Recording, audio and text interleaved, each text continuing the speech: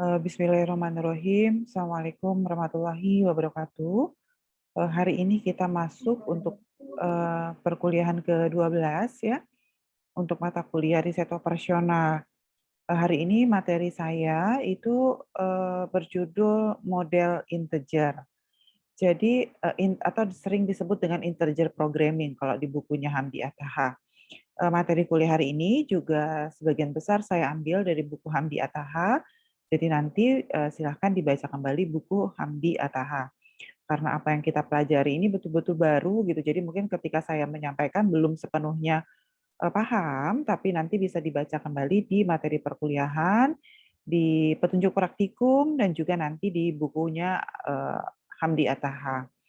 Jadi apa itu integer programming? Jadi integer programming itu sebetulnya adalah pelengkap.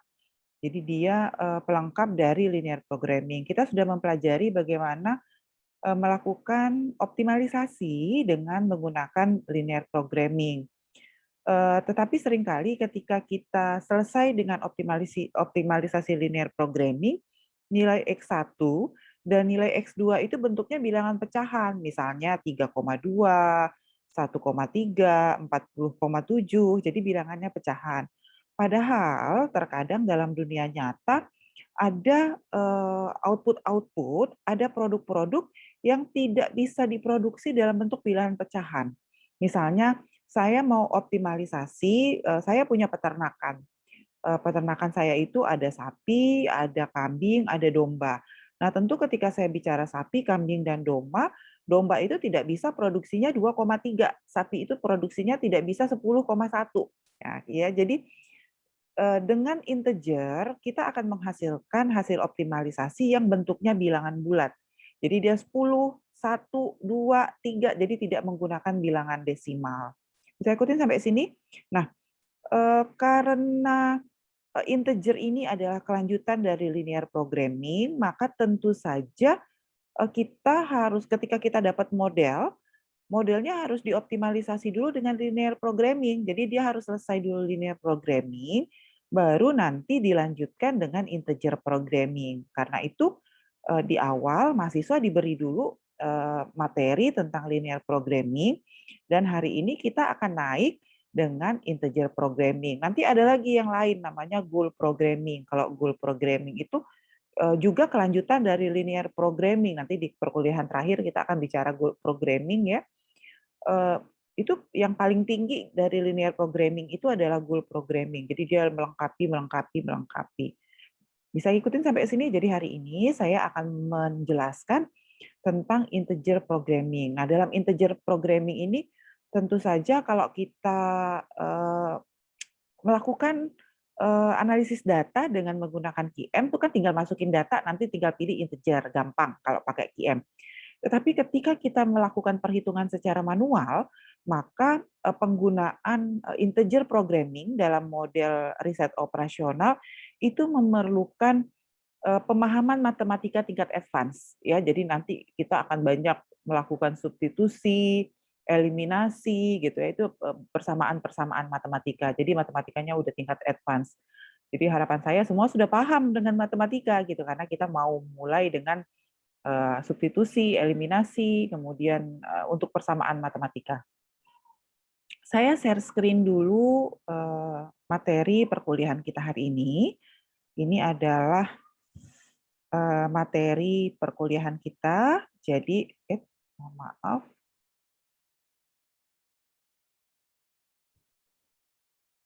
Ada berapa slide? Ada 37 slide. Loh, kok nggak mau ya? Dia nggak mau geser. Oke, nah ini adalah materi perkuliahan kita, integer programming model. Tadi saya sudah kasih tahu, sudah jelaskan benang merah yang akan kita pelajari seperti apa. Tapi nanti teknisnya akan kita lihat bagaimana pelaksanaannya. Jadi karena integer programming ini adalah kelanjutan dari linear programming, maka tentu saja fungsi tujuan sama fungsi kendalanya itu persis sama dengan linear programming. Jadi fungsi tujuannya bisa minimize atau maximize ya. Fungsi tujuannya bisa maksimisasi, bisa minimisasi dari Z, Z itu nanti bisa biayanya cost, bisa biaya dari C1, bisa keuntungan dari produk X1, X2 sampai dengan XN. C-nya ini nanti bisa yang tergantung apa yang mau kita optimalkan. Kalau dia minimisasi berarti C ini adalah biaya, biasanya seperti itu. Tapi kalau maksimisasi kan kalau biaya tidak mungkin dimaksimisasi. Ya, kalau biaya pasti diminimumkan. Kita ingin biayanya serendahnya. Tapi kalau yang maksimum itu apa? Yang maksimum itu biasanya C-nya ini adalah penerimaan, bisa keuntungan, itu yang bisa kita maksimalkan. Nah, jadi fungsi tujuannya itu persis sama dengan linear programming. Dia hanya nambah di tengah, linear integer programming. Jadi kalau yang fungsi tujuannya sama, fungsi kendalanya subject to-nya sama enggak? Sama, fungsi kendalanya sama. Jadi X1 tergantung nanti misalnya kalau ini adalah minimisasi biaya produksi usaha ya petani, maka X1 ini misalnya biaya pupuk, biaya benih, biaya pestisida untuk beberapa produk yang dihasilkan oleh petani. Bisa lebih kecil sama dengan, bisa lebih besar sama dengan, atau bisa sama dengan. BI ini adalah ketersediaan sumber daya. Jadi misalnya pupuk. Pupuk itu yang bisa dialokasikan berapa banyak. Ya, kalau seandainya pupuknya tuh banyak banget, jadi minimal digunakan sekian karena pupuknya tidak terhingga, boleh. Maka pakainya lebih kecil sama dengan. Mohon maaf kalau dia tidak terhingga lebih besar sama dengan. Atau tenaga kerja. Kalau tenaga kerja karena di pertanian itu terbatas ya, maka nanti ketersediaan sumber dayanya adalah lebih kecil sama dengan artinya tenaga kerjanya ya paling tinggi segitu. Jadi kita alokasikan untuk sayur berapa, untuk padi berapa, untuk terong berapa, untuk jagung berapa, nah kira-kira begitu. Boleh nambah yang lain, kalau ini kan hanya satu nih subjek to-nya, kalau sama Pak Mariadi minimal 2 subjek to-nya. Bisa benih misalnya, atau bisa pupuk, bisa tenaga kerja, ya kalau kita bidang pertanian, kendalanya ada banyak, ada benih, ada pupuk, pestisida, tenaga kerja, sewa mesin, sewa alat, itu akan menjadi subjektu atau kendala dari kalau kita ingin memaksimalkan keuntungan di sektor pertanian per rumah tangga. Lalu nilai XJ yang ini X1, X2 itu nilainya nanti antara 0 dengan UJ, artinya dia tidak pernah negatif dan ada satu. Jadi integer itu hanya menambah satu statement ini aja bahwa XJ integer for some untuk beberapa atau semua J. Kan ini ada X1, ada X2. Nah, integernya itu nanti boleh untuk semua X, X1, X2, X3 sampai Xn atau hanya X1 saja boleh. Ya, jadi boleh untuk beberapa atau untuk semua X yang dihasilkan. Sampai sini ada yang mau tanya? Oke. Integer itu ada beberapa macam model integer itu. Ada pure IP model, di mana kalau pure IP model itu semua variabelnya nanti integer. Maka dia disebut pure integer, semua variabel integer. Yang membedakannya mana yang ini? Dia akan ada tambahan statement bahwa X1 dan X2-nya integer. Atau boleh juga mix ya integer programming. Kalau dia mix integer programming, berarti tidak semua X harus integer. Misalnya di contoh ini dia minta hanya X1 yang integer. Atau 01 IP model, 01 integer programming model, di mana nanti nilai integernya itu hanya antara 0 dan 1. Jadi nilai X1 dan X2 tuh yang satu, kalau yang X1-nya 0, X2-nya 1, atau terbalik. Kalau X1-nya 1, X2-nya 0. Kira-kira gitu. Jadi saya ulang, model integer ada yang pure integer, ada yang mixed integer, dan ada binary integer atau 01 IP integer. Sama ya, jangan lupa kendalanya sama, ini fungsi tujuannya fungsi Z, ini subject to atau kendalanya. Ini sudah tadi penjelasannya. Nah, kenapa kita memerlukan studi integer? Tadi saya sudah sampaikan, terkadang ketika kita sampai dalam solusi optimal, ya, solusi dalam bentuk fraksional atau bilangan pecahan itu nggak diizinkan ya, nggak diizinkan, jadi is not valid gitu. Jadi kemudian binary variables allow powerful new technique like logical constraint. Jadi tadi saya sudah sampaikan alasan kenapa kita memerlukan analisis dengan menggunakan integer programming. Nah, ada 3 cara menggunakan metode integer dan tiga-tiganya akan kita pelajari. Yang pertama adalah dengan menggunakan metode kurva. Ini yang paling gampang pakai metode kurva. Yang kedua adalah branch and bound method, BB method.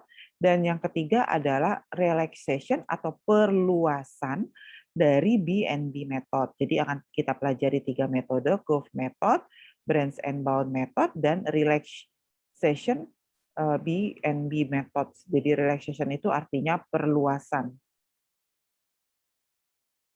Kita lihat metode yang pertama dengan metode kurva. Saya ulangi kembali bahwa kalau kita pakai metode integer, itu artinya kita harus selesai dulu ya, kita harus selesai dulu dengan linear programming.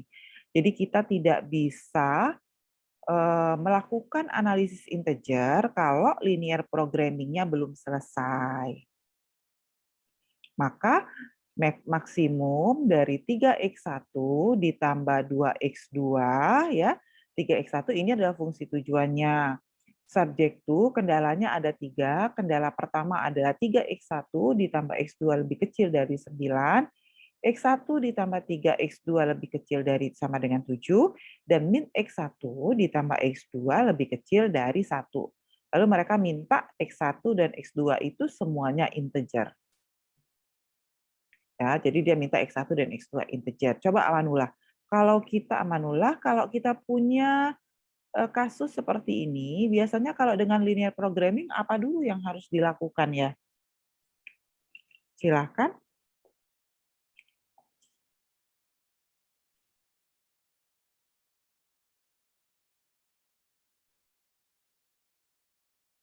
Silakan Amanullah.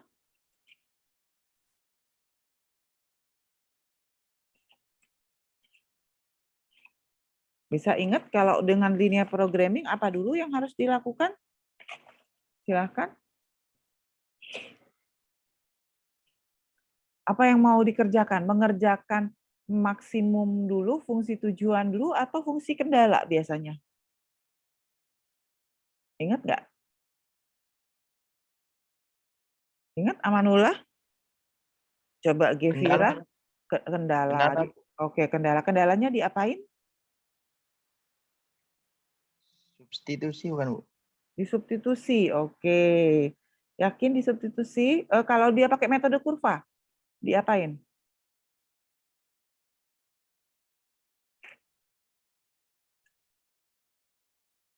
Gevira, ingat?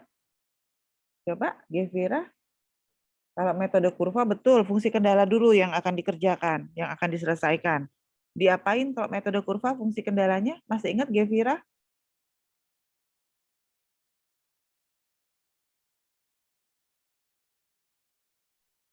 Dieliminasi. Dieliminasi.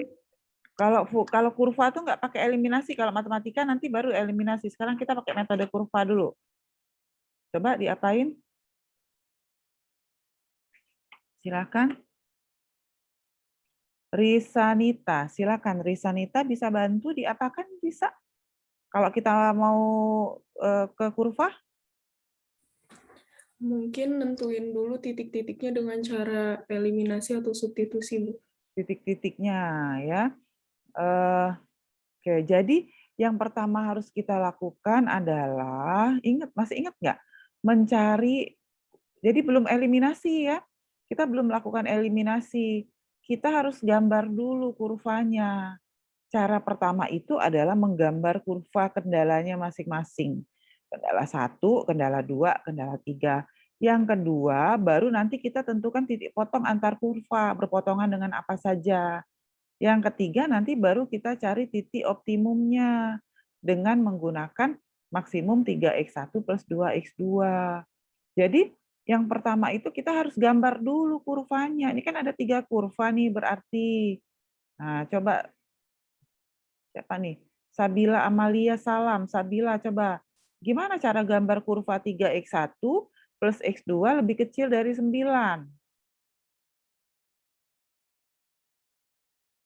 Silakan. Bikin persamaan, Bu. Ya ini persamaannya sudah ada. Nah, jangan sampai bilang bikin persamaan ya. Ini sudah persamaan nih. Ini udah ini pertidaksamaan bukan persamaan. Ini pertidaksamaan sudah ada nih persamaannya. Aduh. Coba Desilawati. Gimana caranya menggambar kurvanya?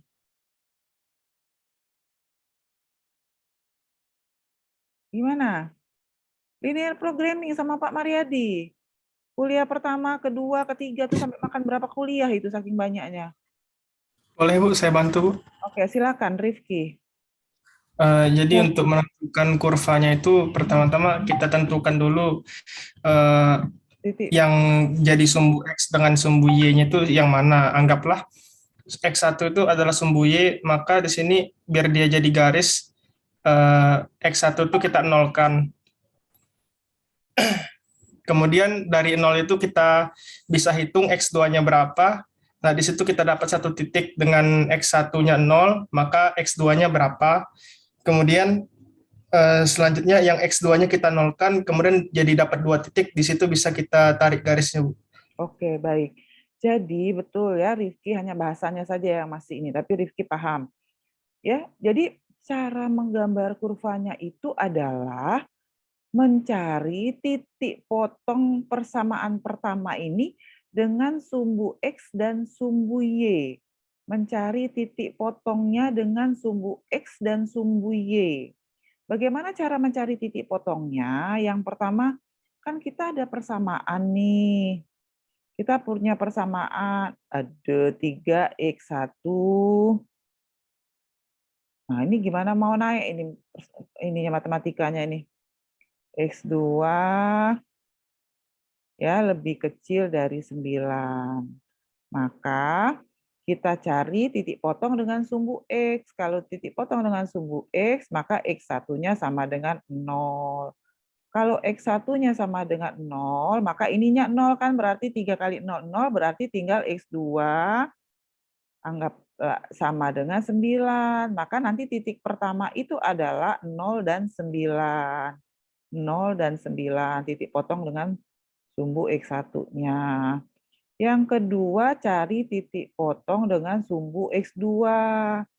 X2-nya yang 0, maka kalau X2-nya yang 0, berarti ini 0 yang atas ini.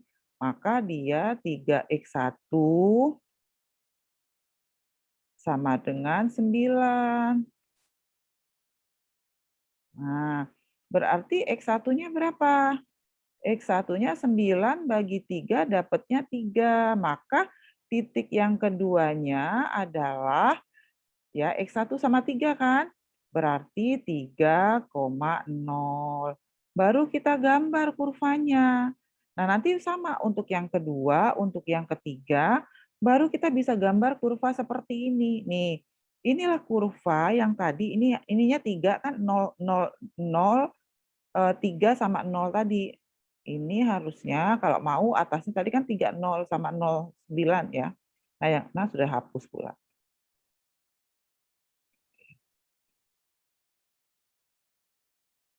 Ini bisa sampai ke atas. Kan ini cuma sampai 5 nih, makanya dia nggak sampai ke atas yang kurva ini. Kan bisa lanjutin ke sini, ini 9. Tadi kan titiknya, ya, jadi kan begitu. Jadi dia titik potongnya 0,9,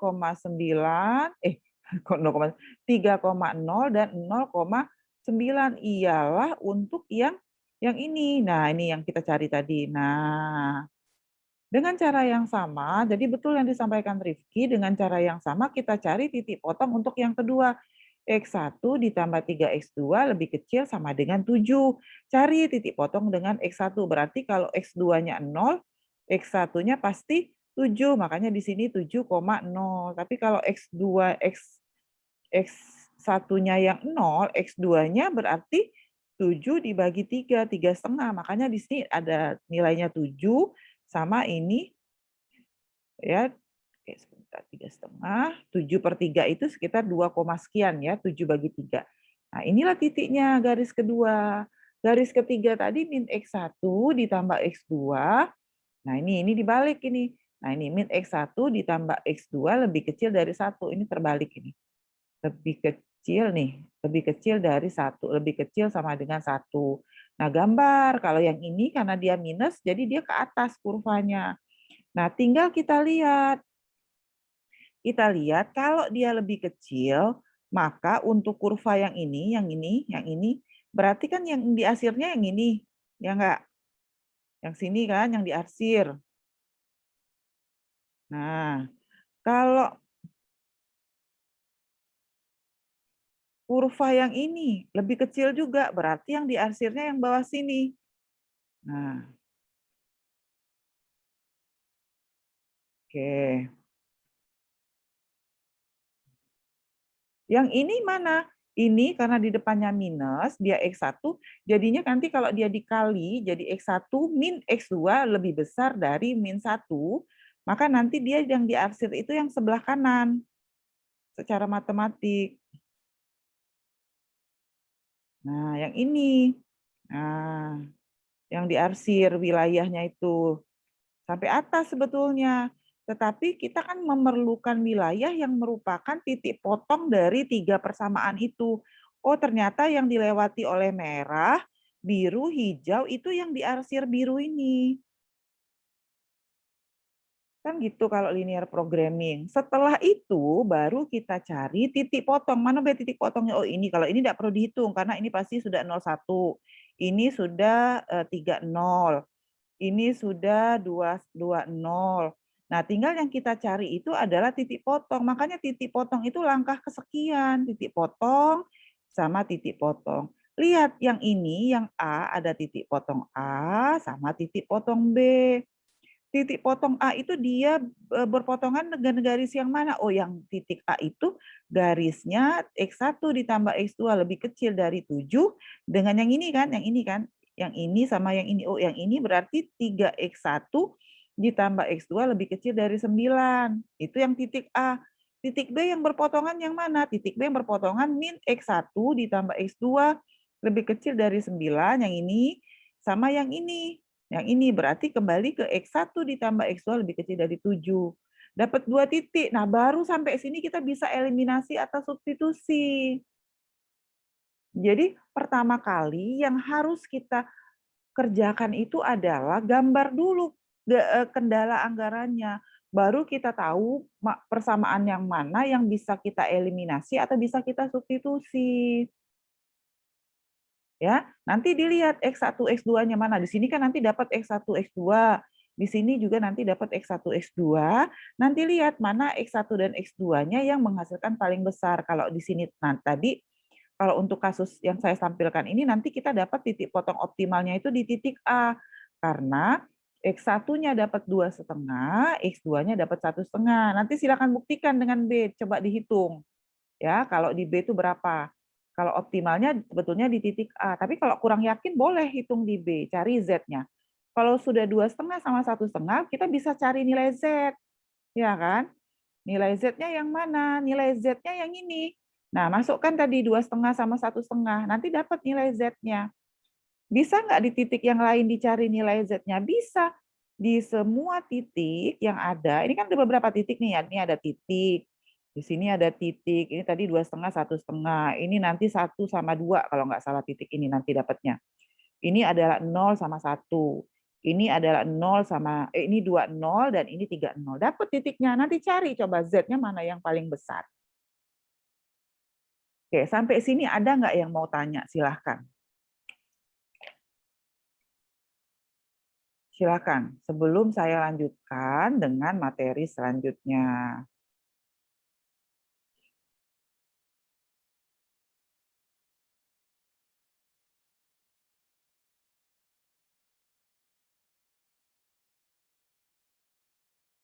Silakan.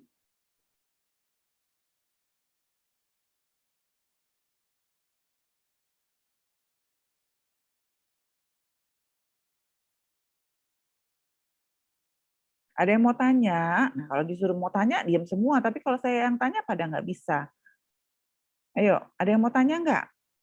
Muhammad Raihan. Raihan? Ya, Bu. Oke, Raihan. Kalau nilai yang linear programming optimal ini dipakai buat apa ya? Setelah kita tahu titiknya, terus kita apain tadi? Kita Mm-mm. masukin ke nilai Z-nya, Bu. Kita masukin ke nilai Z-nya. Oke, Ida Fitriani, Ida. Ida. Iya, Bu. Oke, Ida, nilai Z-nya itu apakah harus di LP? Bisa nggak di titik yang lain ini, yang ini yang Ibu tunjuk di sini, di sini, di sini, di sini, itu dicari juga nilai Z-nya? Bisa nggak? Silakan. Ida, bisa nggak? Silakan Ida.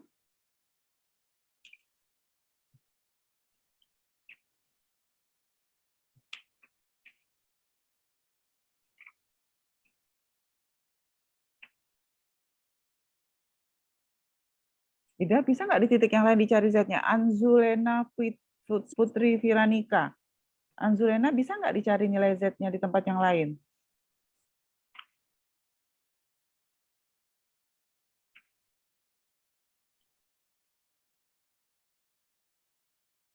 Anzulena?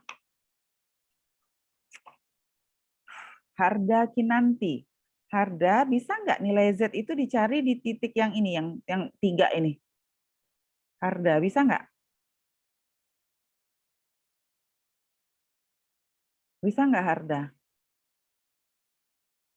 Rosa Putri Hani, bisa nggak dicari di titik 3 nilai Z-nya? Bisa nggak Rosa? Bisa? Bisa nggak? Gideon, Sitorus, Gideon, bisa nggak dicari di titik ini nilai Z-nya? Ya, Bu. Di sini. Di titik itu bisa, Bu. Tetapi kan tadi mintanya optimal. Jadi yang dipakai yang menurut LP-nya 2,5 dan 1,5, Bu. Ya jadi gitu ya. Ilham, kalau di titik yang ini, yang Ibu tunjuk ini, bisa nggak dihitung nilai Z-nya? Bisa, Bu. Bisa. Jadi di semua titik potong yang diarsir warna biru ini, nilai Z-nya itu semua bisa dihitung.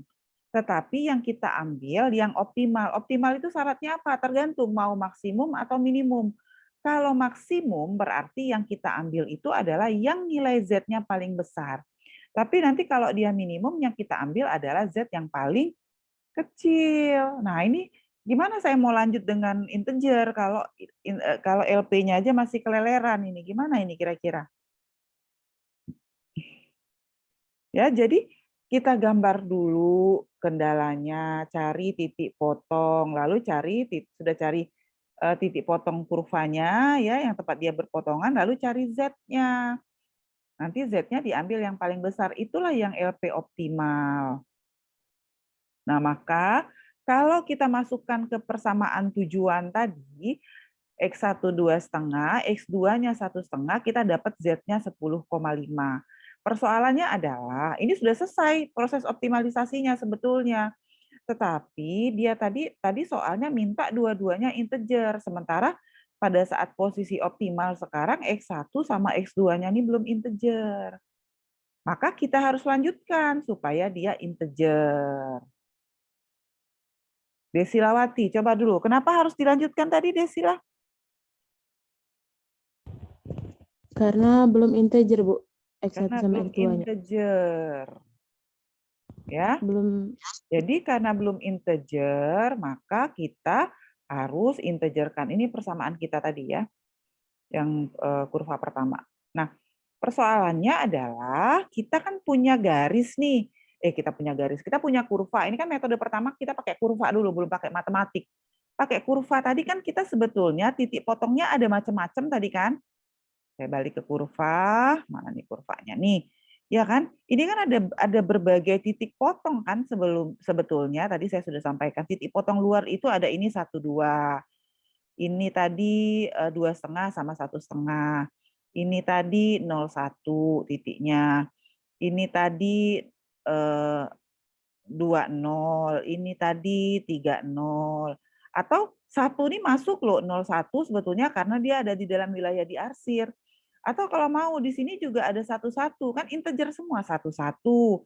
Di tengah sini kalau kita mau cari titik potongnya ada 21, boleh dipakai. Jadi kalau metode kurva, kita tinggal lihat bilangan-bilangan bulat yang ada di dalam wilayah yang diarsir. Jadi berbagai pilihan bilangan bulat yang ada di tempat yang diarsir. Maka kita punya berbagai alternatif tadi, mulai dari titik 00 bahkan. Titik X1, X2-nya 0, X1, X2-nya 10, 20, 01, 11, 21, 12. Masukin ke Z. Z tadi kan 3X1 ditambah 2X2 kan, fungsi Z-nya. Maka masukin. Kalau yang ini tadi 10, berarti hasilnya yang ini 0. Yang ini 3 kali 1 berarti 3. Yang ini 6. Kalau dimasukin ke rumus yang Z-nya, ini kan Z-nya nih, Z maksimum. Kalau dia 30 berarti 9, 012, 115, 218, 127. Maka berdasarkan kurva, kalau mereka minta integer, terus kita menggunakan kurva, yang memberikan Z paling tinggi itu adalah 30. Dan Z-nya dapatnya sebesar 9. Kurva, kalau dengan metode kurva tuh gampang banget gitu ya. Jadi kita tinggal cari titik potong, bukan titik potong, kita cari titik-titik yang ada di dalam wilayah yang diarsir, lalu kita hitung Z-nya, pilih Z-nya yang paling tinggi, itulah pilihan untuk integernya. Bisa ikutin nggak sampai sini? Bisa? Sampai sini ngikutin? Wiwin bisa ngikutin?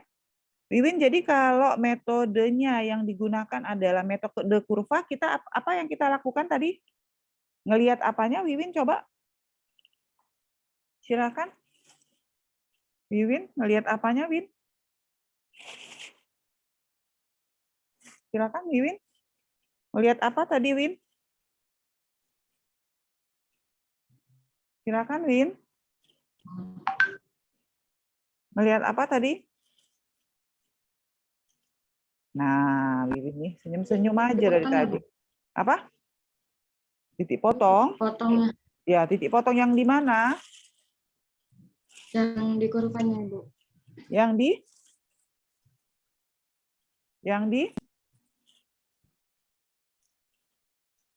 Yang di biru-birunya, Ibu. Yang di biru-biru. Yang Di wilayah birunya. yang diarsir. Ya, gitu ya.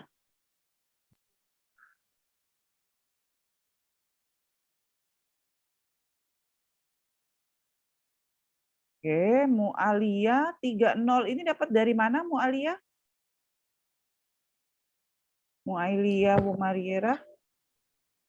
Dari titik koordinat yang di titik potong tadi, Bu. Nah, ya dapatnya dari titik koordinat yang diarsir tadi. Dapatnya dari sana. Oke. Nah, tadi kalau kurva, gampang kalau kurva. Kita tinggal dapat titik potong, wilayah yang diarsir, ambil titik-titik yang ada di dalam wilayah yang diarsir. Ada metode yang kedua, namanya branch and bound method. Dia pakai metode akar ke bawah gitu ya. Jadi kayak kurva. Saya langsung ke ininya aja. Nah, ini contohnya. Jadi, tadi kan saya sampaikan nih, kalau integer programming itu sebetulnya adalah kelanjutan dari linear programming. Artinya, kita harus selesai dulu dengan linear programming. Ya, artinya kita harus selesai dulu dengan linear programming. Apa metode yang kedua? Metode branch and bound method. Jadi yang di atas ini adalah solusi optimal di mana X1-nya adalah 0,8, X2-nya 2,4. Mereka minta dua-duanya integer. Maka apa yang kita harus lakukan? Kita bisa fokus ke X1 atau X2 dulu yang diintegerkan. Kita lihat sekarang, kita fokus ke X1 dulu. X1 nilainya 0,8. Ya, X1-nya nilainya 0,8. Maka 0,8 itu ada di antara 0 dan 1. Ya. Jadi kalau nanti X1-nya ya kalau ini kenapa jadi hilang mana kok? Kalau nanti X1-nya 0, maka X2-nya kan X1-nya 0. Turun. maka X2-nya nanti jadi 3. Nah, gitu.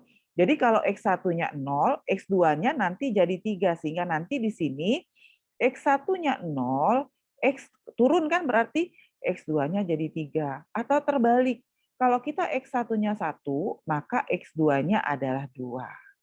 Jadi yang satu naik, yang satu turun kalau metode branch and bound method. Gampang juga. Bisa ikutin? Kalau kita berangkat dari X2, X2-nya 2. X2 ini kan nilainya 2,4 di optimal.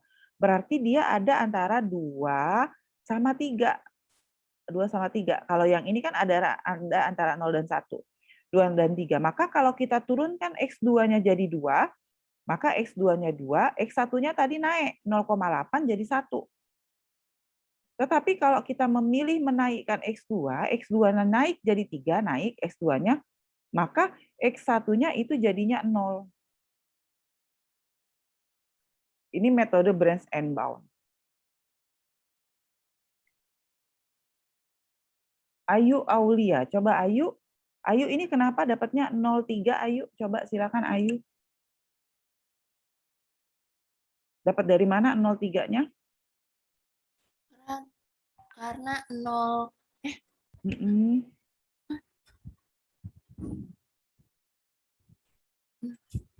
karena tadi kan 2 sama 4 kan berarti ada di antara 2 sama 3.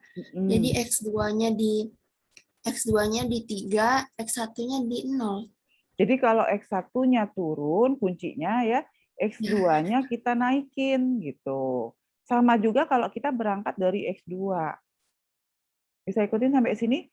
Sama. Metode dengan menggunakan kurva dengan branch and bound method, oh gampang Bu, berarti Bu tinggal naik atau turun.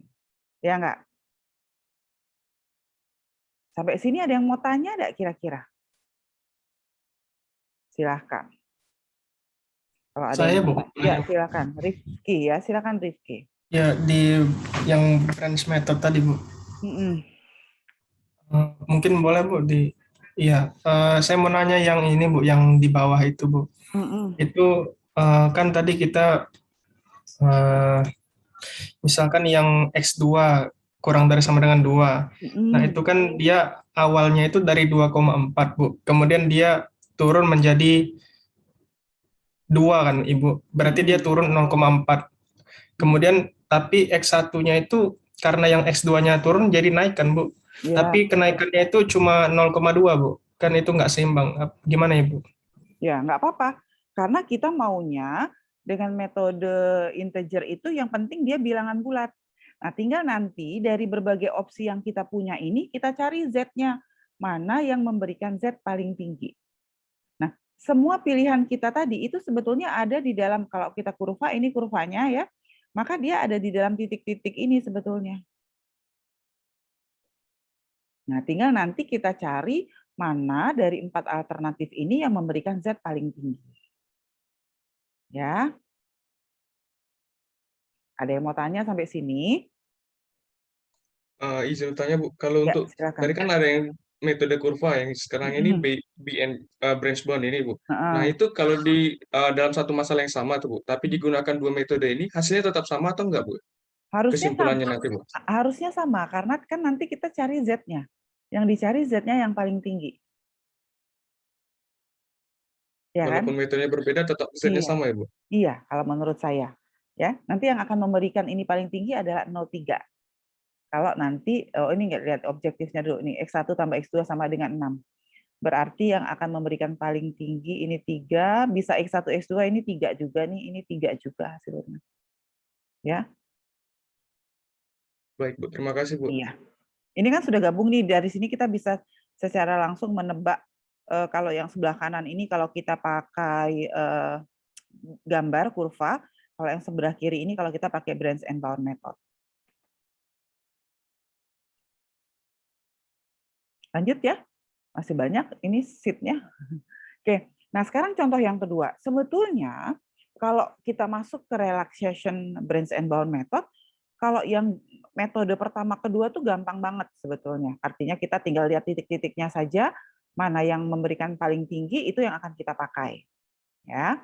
Nah, tetapi metode pertama dan kedua itu tingkat ketelitiannya tentu saja sangat rendah. Tadi Rifki sudah mengatakan, Bu, yang satunya naiknya turunnya 0,4, yang satu turunnya naiknya cuma 0,2. Apa seimbang? Nah, gitu ya. Maka karena itulah dikembangkan relaxation of the Brown's and bound method. Nah, tapi memang metode ini lebih ribet gitu. Kita perlu pemahaman detail, lebih ribet karena kita hitungnya manual. Tapi kalau kan nanti pakai QM4 window tuh gampang, tinggal masukin angka aja, tinggal pilih mau pakai yang mana. Tapi kalau belajar apa namanya, kalau kita kuliah kita tetap harus belajar filosofinya kayak apa. Nah, ini sebetulnya persamaannya sedikit gitu. Kendalanya cuma 2.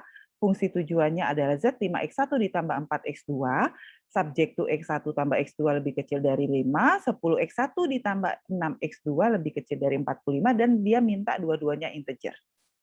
Ya, maka yang pertama harus kita lakukan adalah gambar dulu kurva kendala pertama, gambar kurva kendala kedua. Kurva pertama itu karena dia X1 tambah X2 sama dengan 5, ya, atau lebih kecil sama dengan 5, kalau kita mau gambar kan kita harus ubah jadi persamaan, maka pasti titik potongnya 5 sama 5. Nah, ini dia. Satunya 0,5, satunya 50, tidak tarik garis. Nah, ini adalah untuk yang pertama ini.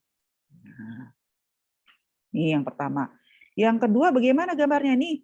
10X1 ditambah 6X2 sama dengan 45. Kita ubah jadi persamaan dulu. Maka kalau X1-nya sama dengan 0, berarti X2-nya 45 bagi 6. 45 dibagi 6, itu kira-kira 7, sekian lah di sini nih. Terus yang ini 40 kalau X2-nya 0, berarti 45 dibagi 10 berarti 4,5, maka di sini. Nah, ini adalah kurva yang kedua.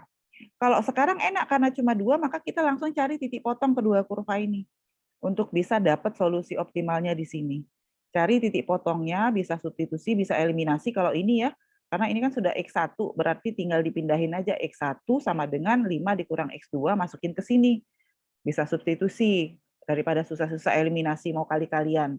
Nah, nanti kita dapat X1-nya 3,75, X2-nya 1,25. Saya nggak ajarin lagi optimalisasinya ya. Nanti kalau yang masih bingung silakan dibuka materinya Pak Mariadi. Nah, jadi nanti kalau dia sudah disubstitusi, titik potongnya di X2 3,75, X2 1,25, Z-nya 23,75. Kalau dengan metode Branch and Bound method, berarti dapatnya nanti 1 sama 4, ya, 1 sama 4 atau 2 sama 3, kan gitu ya. Langsung gitu kan. Kalau dia metode kurva tinggal ambil titik-titiknya ini, cari yang paling tinggi, atau dengan metode Branch and Bound method bisa dapat 1,4. Kalau Branch and Bound titiknya nanti 1,4, 1 naik, 1 turun, atau 2, 3 nanti dapatnya. Nah, tinggal cari Z-nya ini mana yang bisa paling tinggi. Ini kalau Branch and Bound. Kalau kurva tinggal lihat titik-titiknya, masukin, nanti cari mana yang Z-nya paling tinggi. Bisa ikutin sampai sini. Nah, sekarang kita mau belajar relaxation nih. Sebetulnya nggak sesederhana itu. Misalnya nih, tadi kita kan dapat nih X1 dan X2 optimalnya itu di X1-nya 3,75, X2-nya 1,25. Masukin ke Z dapatnya 2,75. Tadi kalau dengan metode Branch and Bound method, kita harus fokus ke salah satu untuk bisa diintegerkan duluan. Misalnya saya mau X1 yang integer duluan. Maka X1 tadi 3,75 berarti nilainya antara 3 dan 4. Ya, kalau di antara 3 dan 4, kalau di metode pertama kita tidak peduli bentuk persamaan matematikanya kayak apa. Tapi kalau di relaxation kita harus tahu bentuk persamaannya. Maka berarti X1 lebih, kalau di antara 3 dan 4 berarti X1 lebih kecil dari 3 atau nanti nilainya X4 lebih besar sama dengan 4.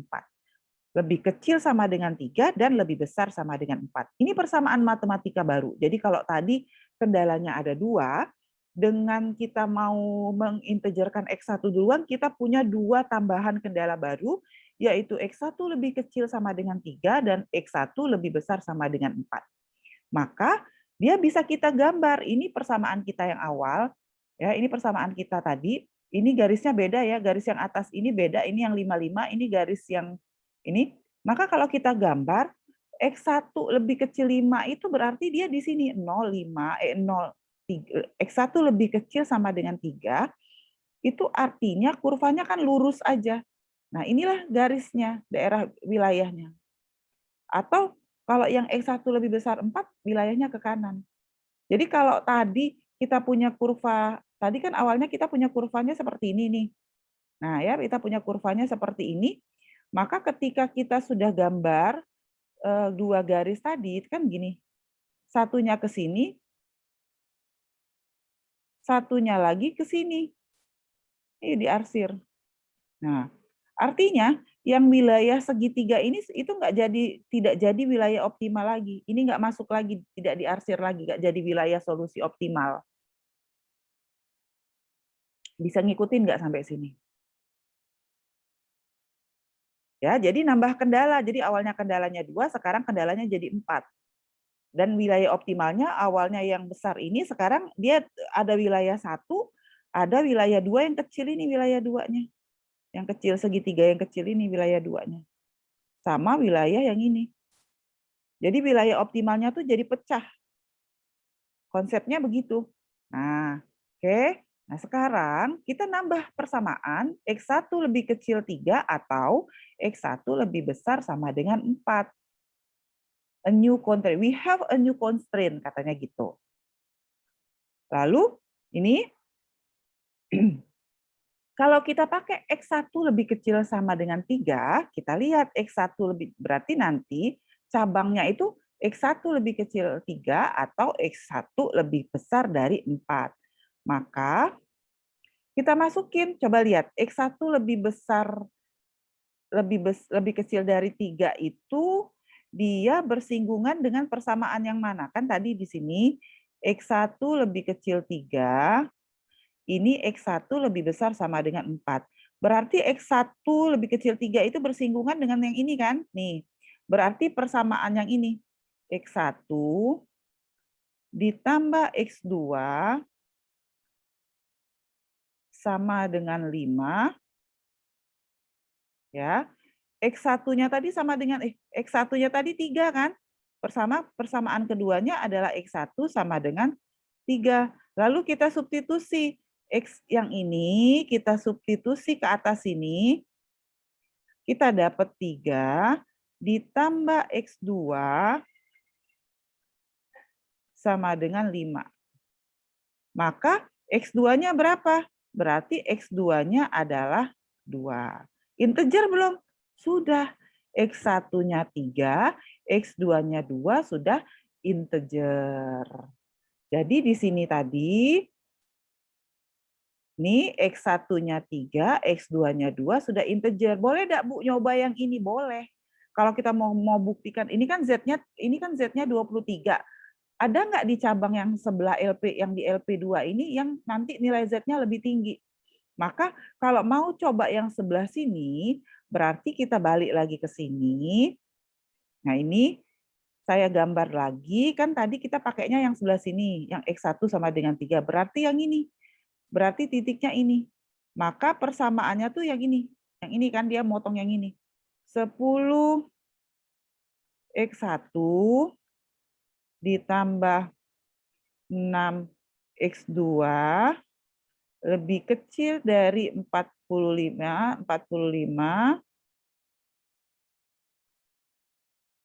lalu X1-nya sama dengan 4. Ya enggak? 4 kan X1-nya tadi?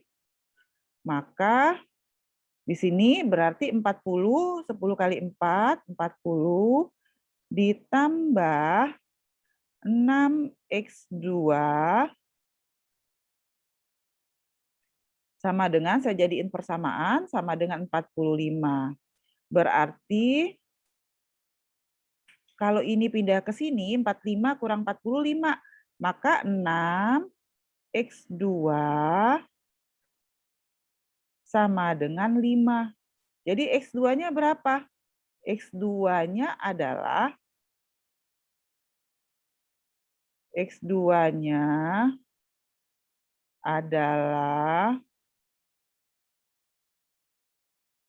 5/6. 5/6 X2-nya. Berarti masih pecahan. Oh, kalau kita nyoba, nah di sini nanti dapatnya kayak gini. Nah, dapat persamaan baru, berarti tadi kan X1 sama dengan 4, sama X2 sama dengan 0, nanti dapat cabangnya seperti ini. Tadi dapatnya X2, X1-nya 4, X2-nya 5/6 itu adalah 0,8. Z-nya 23,33. Ya. Oh, berarti Bu, sudah satu yang integer, yang ini belum. Mau dilanjutin nggak? Oke, kita lanjutin. Ini kan 0,8, berarti 0,8 itu antara 1 sama 0. Antara 1 sama 0, kalau dia X2 sama dengan 1, nanti dia tanpa pemecahan. Kalau X2 lebih kecil 0, nanti kalau kita substitusi dapatnya 4,5 sama 0, 22,5. 4,5 masih nggak integer, maka kita masukkan lagi, balik lagi ke X1. X1 sama dengan 5, sama X4 sama dengan 1. Yang ini juga nanti tidak memenuhi syarat. Yang X4 ini kalau kita substitusi dapat integer, 4 sama 0, tetapi Z-nya cuma 20. Jadi optimalnya tetap di sini. Optimalnya itu tetap yang ini, 32. Kita hanya ingin membuktikan bahwa nilai Z-nya itu memang yang betul ini yang paling tinggi. Jadi nanti kita akan dapat gambar. Jadi dia terus nambah lagi persamaannya, tinggal kurvanya itu berpotongan dengan garis yang mana untuk menentukan mana X1, mana X2. Jadi kalau relation of branch and bound method itu kita menggunakan kurva dan juga menggunakan perhitungan matematis. Saya masuk ke soal kedua ya, supaya agak lebih mudah, karena di soal kedua ini kurvanya lebih lengkap. Ini adalah Telva Corporation yang bikin meja dan kursi, ya. A table untuk bikin meja itu perlu 1 jam tenaga kerja dan 9 meter kubik ya kayu. Sedangkan untuk bikin kursi itu juga dibutuhkan 1 jam kerja dan dibutuhkan 5 meter kubik kayu. Masing-masing menghasilkan 8 dan 5, ini 8 dan 5, 6 jam tersedia 6 jam kerja dan 45 meter kubik kayu. Ini 6 jam kerja, ini 45 meter kubik kayu. Dari 6 jam kerja itu ada 1 jam untuk meja dan 1 jam untuk kursi, lalu 9 meter kubik untuk bikin meja dan 4 meter kubik untuk kayu, dan mereka minta dua-duanya integer. Saya lanjut. Maka yang harus kita lakukan pertama kali adalah gambar garis. Oke, sudah gambar garis, cari titik potong, dapat X1-nya 3,75, X2-nya 2,25. Dapat Z-nya 41,25. Sudah, ini sudah saya bahas tadi dari depan. Lalu karena kita mau integerkan X1 dulu, maka X1-nya tadi kan 3,75.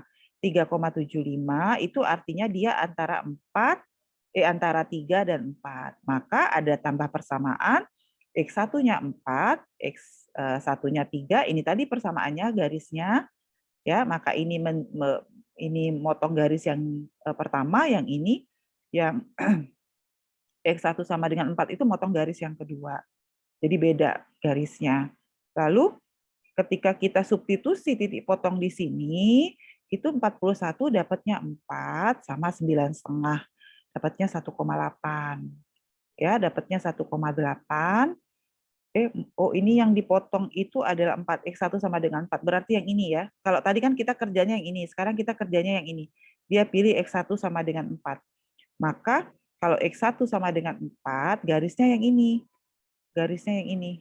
Jadi bergeraknya untuk garis yang inti, segitiga yang kecil ini. Segitiga yang kecil ini persamaannya tadi yang 10X1, yang ini. Yang 9X1 ditambah 5X2 lebih kecil dari 45. Nah, ini. Maka nanti yang ini berarti kita substitusi, nanti dapatnya, coba ya kalau mau kita coba persamaannya tadi berapa? 9, saya copy itu. Kita masuk ke sini.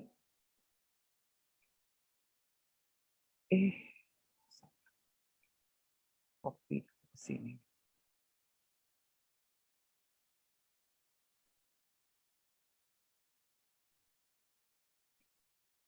Nah, ini kan persamaannya. Kemudian kita punya X1 sama dengan 4. Kalau kita punya X1 sama dengan 4, berarti 9 kali 4 berapa? 20, 36 ya. 36, 9 kali 4, ditambah dengan 5x2 sama dengan 45. Kenapa pakai yang ini? Karena garisnya tuh yang ini nih. Garisnya tuh yang ini. Jadi jangan sampai salah baca garis ya. Nah, ini garisnya. Kalau titik yang 3 tadi garisnya yang ini. Nah, kita mau cari titik potong yang ini. Kalau yang ini kan ada 3 titik nih, 1, 2, 3. Kalau yang ini sudah gampang, 4 sama 5. Yang ini kita nggak punya. Punya X1-nya aja 4, X2-nya berapa? Nah, X2-nya itu ternyata adalah, ini kan 45. 45 dikurang 36 itu 9. 9, ini depannya 5, berarti 9/5. Maka dapatnya 9/5. Tapi persoalannya 9/5 itu juga masih integer. Masih 1,8 mungkin ya. Sekitar 1,8. Masih integer. Ya, 1,8. Karena dia antara 1 dan 2, maka persamaannya, nambah persamaan baru menjadi X2 lebih besar dari 2 atau X2 lebih kecil dari 1. Kenapa X2? Karena yang masih belum integer itu X2. Nah, X2 lebih besar dari 2, kan X2 tuh ini kan X2 nih. Ini X2, ini X1. Maka kalau X2 lebih besar dari 2, ini kan titiknya tadi 1,8. Ini 2 tuh di sini kira-kira, di atas. Nah, ya lebih besar, berarti ke atas. Nah, kenapa dia tidak menjadi solusi optimal? Karena lewat dari garis segitiga ini. Tapi kalau X1 lebih kecil dari 1, X1 tuh ini. Nah, lebih kecil dari 1 berarti dia ngambil yang wilayah kecil ini. Sehingga nanti wilayahnya tuh jadi kecil yang ini, wilayah optimalnya. Tinggal kita cari titik ini berapa potongnya. Kalau titik yang ini berarti, kalau titik yang ini 41 kan, karena ini 4 dan 1 yang nggak ada tuh yang titik ini. Nah, titik yang ini itu persamaannya sama, 9x1 ditambah 5x2 lebih kecil dari 45, x2-nya 1. Jadi 9x1 ditambah 5x2 sama dengan 45. Untuk yang di titik ini tadi, yang ini ya. Nah, kemudian X2-nya 1, berarti 5 kali 1, 5. Dikurang 45, berarti 40. Berarti 9 X1 sama dengan 40. 40 bagi 9 berapa? Masih koma ya X1-nya ya. Berarti X1-nya masih koma. X1-nya berapa? Ada yang bisa bantu? Gideon berapa? 40 bagi 9, Gideon? 4,4444, Bu. 4,4. Oh, masih koma ternyata. Kalau gitu X1-nya harus kita inikan lagi. Tambah lagi persamaan X1 untuk yang ini. Berarti antara 4 dan 5. Terus nambah. Nah, ini yang tadi 1, 2, yang ini tidak yang tadi saya gambar ya, yang ini tidak ada solusi karena dia di atas. Nah, yang jadi di bawah tadi, yang segitiga kecil tadi. Nah, kemudian sehingga nanti kita akan dapat seperti ini. Kalau yang 41, ini yang pertama, ini yang kedua, nanti kita akan dapat, ini tadi yang kata Gideon 4,44. Betul Gideon, ya. Nambah constraint jadinya X1 lebih besar 5 dan X1 lebih kecil 4. Nambah lagi persamaannya tadi. Maka X-nya tadi makin kecil. Ya, nanti dapat, terus disubstitusi lagi, nanti dapatnya 4 sama 1 sudah optimal. Z-nya 37 atau dapatnya 5 sama 0 dapatnya 40, atau kalau lengkapnya gini nanti pohonnya, branch and bound tree-nya. Tapi hati-hati. Jadi gambar tadi kan gambar saya agak kecil. Kalau misalnya kemarin Pak Mariadi ketika linear programming itu ada nggak ngasih tugas gambar di kertas yang kotak-kotak itu? Ada nggak? Ada nggak dikasih tugas seperti itu? Gideon? Sempat nggak? Iya, Bu. Cara ya, pernah nggak disuruh gambar persamaan matematika di kertas kotak-kotak? Tidak pernah, Bu. Di kertas kotak-kotak untuk membuat grafik, iya mungkin. Ya, betul. Untuk bikin grafik. Maksud saya nanti, supaya nanti belajar branch and bound-nya itu gampang, kan kelihatan tuh kalau pakai kertas kotak-kotak, jadi pergerakannya tuh kelihatan. Nanti dapatnya seperti ini.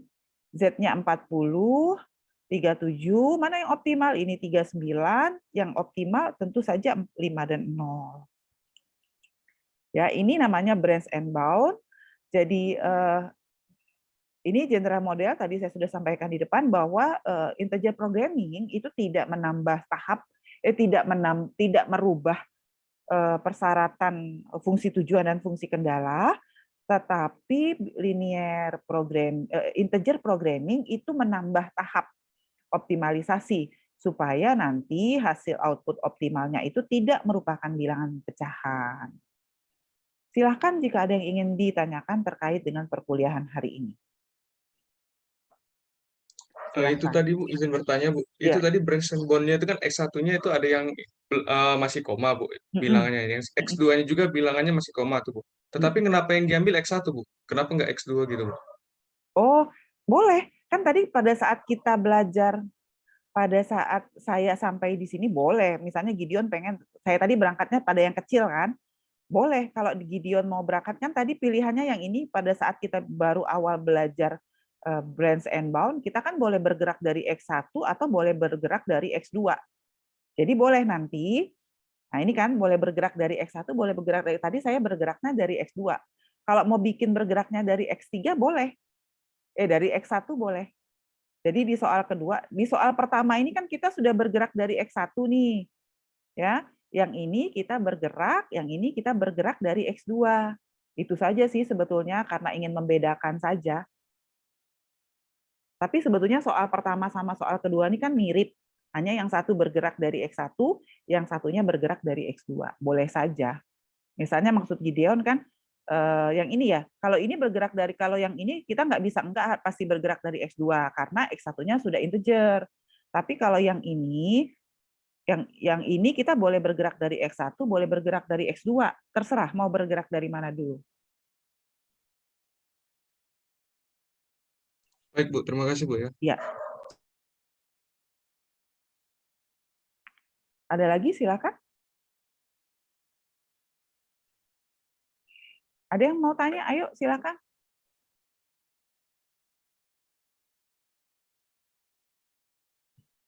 Di Excel itu sudah disampaikan ya, agak mudah-mudahan bisa dipahami, bukan di Excel. Di modul QM-nya itu sudah ada matematisnya ya.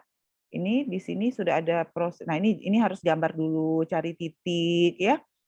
Makanya saya bilang tadi mahasiswa tidak bisa mengerjakan integer kalau belum memahami prinsip terpenting dari linear programming. Jadi nanti linear programming-nya dulu dituntaskan, baru bisa masuk ke branch and bound method.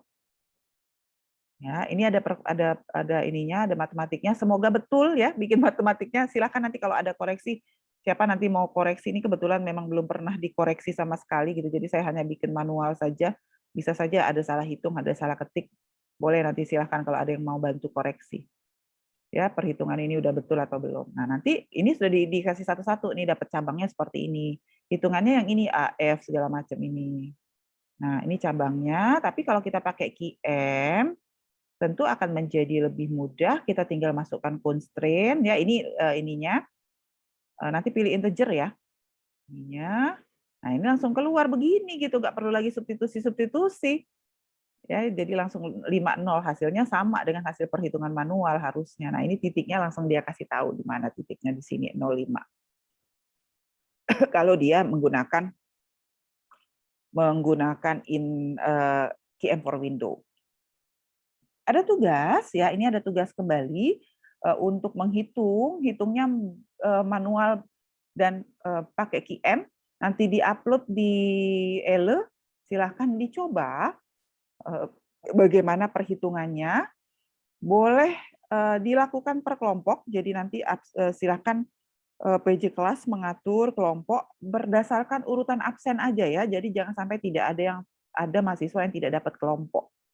Jadi satu kelompok 5 orang, jadi akan ada 5 kelompok, mengerjakannya bersama, ya karena ini agak lumayan ribet matematikanya. Nanti diupload di e-learning tugasnya, boleh diketik, boleh tulis tangan. Kalau misalnya mahir boleh diketik, ya. Tapi kalau enggak tulis tangan juga boleh. Perhitungannya ada 2 untuk untuk manual dan key M4 window-nya. Tapi upload di e-learning-nya tetap per orang, ya. Upload di e-learning-nya tetap per orang. Jangan sampai nanti terdetek ada yang tidak kumpul tugas. Sampai sini ada yang ingin ditanyakan? Silahkan. Jadi riset operasional itu adalah salah satu solusi untuk menyelesaikan persoalan agribisnis. Jadi boleh loh riset itu tidak bisa menggunakan riset operasional, bisa analisis kelayakan usaha, bisa ekonometrika. Jadi sangat bervariasi sebetulnya. Ya, jadi dan ketika kita sudah di level riset, jangan kemudian setelah kuliah, aduh ya Allah, tobat, aku udah gak lagi belajar riset operasional gitu. Nanti kalau S2, S3 tuh ada riset operasional lagi gitu. Di S3 juga masih ada riset operasional, sama seperti ekonometrika, karena dia alat analisis ya. Tetapi pada saat kita sudah sampai di level riset, tidak lagi kita menghitung manual, tapi kita ngitungnya menggunakan key M4 window. Tinggal menentukan berapa kebutuhan pupuk. Jadi bisa kita tuh ngitung misalnya, sekarang sudah jarang mahasiswa yang menghitung misalnya per rumah tangga itu perlu pupuk berapa, perlu pestisida berapa, perlu benih berapa, untuk padi itu udah jarang yang menghitung. Jadi bisa coba sekarang dengan berbagai perkembangan kondisi sekarang, berapa sih sebetulnya kebutuhan optimal untuk pupuk, untuk pestisida, itu bisa pakai riset operasional. Atau kalau ada yang punya peternakan sapi gitu ya, bisa dihitung sebetulnya sapi yang dihasilkan itu harusnya berapa, kambingnya berapa, gitu. Ada yang mau bertanya silahkan. Ada?